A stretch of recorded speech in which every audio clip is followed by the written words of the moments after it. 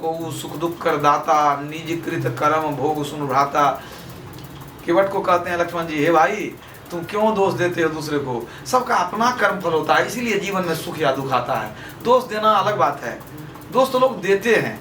मान लीजिए कि सांप काट लिया, कोई मर गया, तो लोग दोष देते हैं कि सांप काट लिया इसलिए मर गया। तो क्या सांप नहीं काटता था, क्या वो नहीं मरता? अगर उसको आज मृत्यु उसकी निश्चित है तो उसको मरना ही था। सांप तो एक बहाना हो गया, समझिए, सांप तो एक बहाना हो गया। तो इसीलिए माध्यम तो कोई जरूर बनेगा, माध्यम जरूर बनता है, लेकिन ये नहीं है कि उसी के कारण हम आज ऐसा हैं। आज हम जो हैं वो हमारे अपने कर्म का फल है। गुरु नानक देव जी महाराज ने कहा, जो मैं किया सो मैं पाया, दोष न दीजय अवर जना। मैंने जो किया है उसी का फल मैं भोग रहा हूँ, दूसरे को दोष नहीं देना चाहिए। देखिए रामायण वही कहता है, कोई अंतर नहीं है।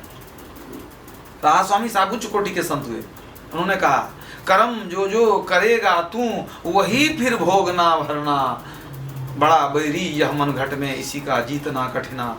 यह मन बड़ा बैरी है, गलत रास्ते पर ले जाता है, इसको रोकना मुश्किल होता है, लेकिन यदि हम गलत कर लेते हैं तो उसी का फल हमको भोगना ही पड़ता है। जो कर्म करते हैं उसका फल निश्चित भोगना पड़ता है। जैन धर्म के 24वें तीर्थंकर भगवान महावीर हुए, उनके संदर्भ में एक प्रिय प्रसंग सुनाता हूँ। एक बार वो यात्रा में कहीं निकले थे, कहीं तीर्थाटन वगैरह में निकले होंगे, चलते चलते लंबी यात्रा थी, थक गए, जंगल के रास्ते से चल रहे थे। अचानक मन में आया कि कोई अच्छा जगह मिल जाए तो ये थोड़ा आराम कर लें। एक जगह उन्होंने देखा कि बड़ा साफ सुथरा जगह है, मंदिर है भगवान का, शिवालय था, बगल में एक तालाब भी था, वटवृक्ष भी था। देखा सब साफ सुथरा है, अच्छा जगह लगता है। वहीं हाथ पैर धो लिए तालाब में, और वहीं कोई कपड़ा बिछा करके मंदिर के नजदीक वहीं कहीं सो गए, आराम करने लग गए। लेकिन था वो जंगल, नींद आ गई, थके हुए थे, गहरी नींद में चले गए, सोए रह गए। अचानक आधी रात को सिसकियों की आवाज सुन करके उनकी नींद खुली। आंख खोलते हैं, देखते हैं हम तो सोए रह गए, तो बहुत रात हो गई, घना अंधकार। फिर प्रकाश भी हुआ, चंद्रमा का प्रकाश भी कुछ फैलने लगा। अब सिसकियों की आवाज सुनाई पड़ी तो मन में आया कि ये कौन रो रहा है। और सुनसान जंगल में कहीं रोने की आवाज आ जाए, व्यक्ति वैसे घबरा जाएगा। लेकिन वो तो संत थे, वो जीवन मुक्त पुरुष थे। संत लोग जीते जी मुक्ति प्राप्त कर लेते हैं, ऐसा नहीं कि मरने के बाद मुक्ति होती है, सो नहीं। मुक्ति जीते जी मिलती है। जिनको जीते जी मुक्ति मिल गई उनको ही मरने के बाद मुक्ति होती है। जिनको जीते जी मुक्ति की प्राप्ति नहीं हुई, बंधन में मरते हैं, तो फिर आगे मुक्ति नहीं मिलती है। तो वो तो निर्भय थे, संत कोटि में पहुंच चुके थे, ऐसे भक्त थे। उनको क्या भय, जा मरने से जग डरे मेरे मन आनंद, कब मरियों का उपाय हो पूर्ण परमानंद। संत लोग मरने से डरते नहीं है, कबीर साहब की वाणी मैंने आपको सुनाई। भगवान महावीर सोचने लगे आखिर रोता कौन है, आवाज की तरफ बढ़ने लग गए। चलते चलते चलते घनघोर जंगल में अंदर जब गए, पूरा घना जंगल, तब देखते हैं क्या कि अरे यहाँ तो एक कुएं से आवाज आ रही है, एक बहुत पुराना कुआं। झांक करके देखने लगे तो तब तक में सप्तमी का प्रकाश उस कुएं के अंदर आ गया था, थोड़ा बहुत, लेकिन क्या दिखाई पड़ेगा, पुराना कुआं पड़ा है, जंगल झाड़ उसके अंदर उगा हुआ है, पेड़ पौधा, कुछ दिखाई नहीं पड़ा। लेकिन आवाज रोने की सिसकी अंदर से ही आ रही थी। भगवान महावीर ने पूछा कि कौन हो, कौन रो रहे हो अंदर में? अंदर में एक नहीं कई एक प्रेत का निवास था। उन लोगों ने कहा प्रभु हम प्रेत हैं। कहा क्यों रो रहे हो? कहा प्रभु हम लोग घोर पापी हैं, पूर्व जन्म में हम लोग सब मनुष्य शरीर में थे, बहुत ही माने घृणित कर्म हमने किए, बहुत पाप हमारे द्वारा हुआ, और उन्हीं पाप के फलस्वरूप बहुत कष्ट में आज कितने वर्षों से इस अंधकूप में पड़े हुए हम दुख को भोग रहे हैं।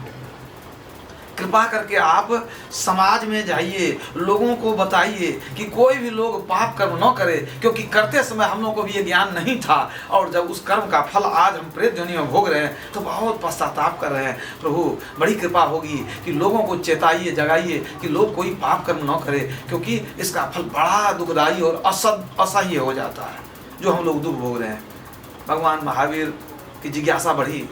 उन्होंने कहा कि तुम लोगों ने कौन से पाप किए हो कि आज इस योनि में तुम इतना कष्ट पा रहे हो? प्रेतों ने कहा कि हम लोग एक नहीं 5-5 हैं, कार्य कुछ तो बताओ, क्या दुख पा रहे हो, क्यों ऐसा दुख पा रहे हो। तो कहा अच्छा बताते हैं। एक प्रेत कहता है कि भगवान मैं पूर्व जन्म में ब्राह्मण था, मैं ज्ञानी भी था, पंडित भी था, पढ़ा लिखा विद्वान भी था, तो मुझे क्या चाहिए, मेरा क्या कर्तव्य होना चाहिए कि समाज में धर्म की प्रतिष्ठा करनी, सदाचार और नीति की बातों को लोगों को बताना, सुमार्ग पर ले जाना, मोक्ष के मार्ग पर ले जाना, लोगों में सदाचार का प्रचार करना। लेकिन ब्राह्मण होकर के हम तो सब कुछ जानते थे, लेकिन हमने समाज में अंधभक्ति फैलाई, अंधविश्वास फैलाया, अंधी श्रद्धा फैलाई। लोगों को सन्मार्ग के लिए मैंने प्रेरित नहीं किया, मोक्ष के मार्ग से भटका करके, कर्मकांड में लगा करके और मैंने अंधविश्वास फैला करके मैंने लोगों को बहुत ठगा, लोगों से बहुत धन जमा कर करके मैं बहुत अमीर हो गया। लेकिन सारे के सारे लोग पथभ्रष्ट हो गए, धर्म के मार्ग से वो जो है भटक गए। तो चूंकि मैं ब्राह्मण था, मेरा दायित्व तो था कि लोगों को सन्मार्ग पर ले जाना, ईश्वर की ओर, मुक्ति की ओर ले जाना। लेकिन मैंने गलत काम किया, धन के लोभ में मैंने लोगों को कुमार्गगामी बना दिया, और इसी पाप के कारण आज कुएं में बड़ा दुख पा रहा हूँ। दूसरा प्रेत कहता है कि प्रभु मैं पिछले जन्म में क्षत्रिय था, मेरे शरीर में बड़ा बल था, बड़ा बलशाली था, तो मुझे क्या करना चाहिए। जब मेरे शरीर में परमात्मा ने शक्ति दी तो मुझे चाहिए अपने शक्ति से दूसरों को सहारा देना, मदद करना, संसार का कल्याण करना। लेकिन मैं बड़ा दुष्ट निकला, मुझे धीरे धीरे लोगों को सताने में आनंद लगने लग गया, मैं अपने शरीर बल से लोगों को प्रताड़ित करने लग गया, लोगों को दुख देने लग गया, कष्ट देने लग गया। मेरी प्रवृत्ति बिल्कुल तामसी हो गई। एक बार मैं जंगल से गुजर रहा था, वहाँ एक माँ बेटे दोनों जंगल से जा रहे थे, मैंने उन लोगों को मारकर उनका सारा भोजन खा लिया, उसके साथ में जो जल था उस जल को मैंने पी लिया, और वे लोग भोजन और पानी के बगैर जंगल में भटक के मर गए, भूख प्यास से भटक करके मर गए। और उसी पाप के कारण आज मैं इस प्रेत योनि में पड़ा हुआ हूँ। तीसरा जो था प्रेत, वह कहता है कि भगवान मैं पूर्व जन्म में वैश्य था, बनिया, व्यापारी था, व्यापार करके धन कमाता था, लेकिन धीरे धीरे मेरे अंदर लोभ बढ़ता चला गया और हमारे अंदर 3 पाप घर कर गया। मेरे अंदर 3 बुराइयां आ गई। मैं मिलावट करता था, कम तोलता था, अब ऊंची भाव में बेचता था। तीनों बीमारी हमारे अंदर आ गई।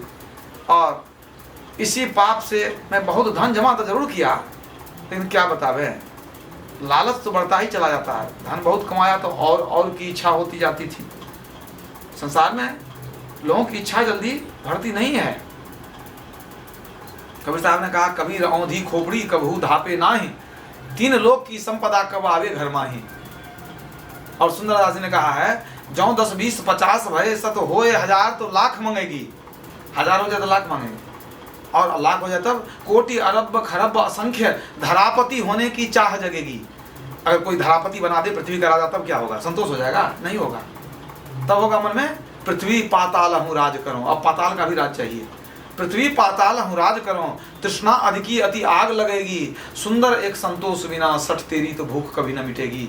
और व्यापारी कहने लगा कि मैं पाप करके कम तोलता था, मिलावट करता था, ऊंची भाव में बेचता था, बहुत लोगों को ठग करके धन जमा किया, तसल्ली नहीं हुई। मन में हुआ कि और धन कैसे हो जाए। मन में आया कि विदेश कमाने के लिए चलते हैं। मैंने अपने एक दोस्त को राजी किया कि तू भी चलो मेरे साथ, विदेश में बहुत कमाई होगा। लेके चला गया।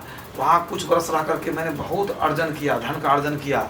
और दोनों दोस्त हम लोग लौट चले अपने घर को। जब कमाए कई साल तक तो वहाँ बहुत धन लेकर के लौट रहे थे।